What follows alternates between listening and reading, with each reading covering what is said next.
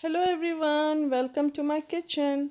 Let's make this special cilantro and mint chutney.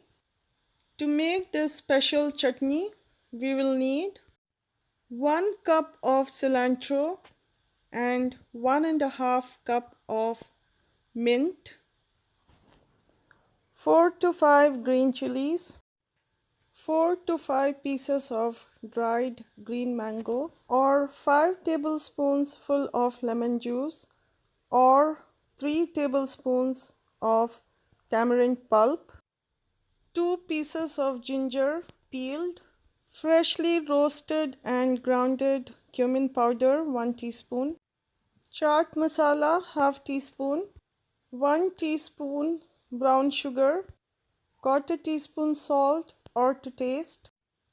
Blend together all these ingredients into a smooth paste, adding very little water.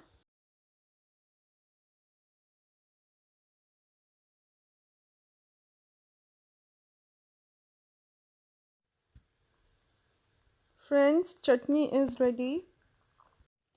Thank you for watching, friends. Hope you all enjoyed watching today's video. Please like, subscribe and share. I'll see you back soon with a new recipe. Till then, take care. Bye.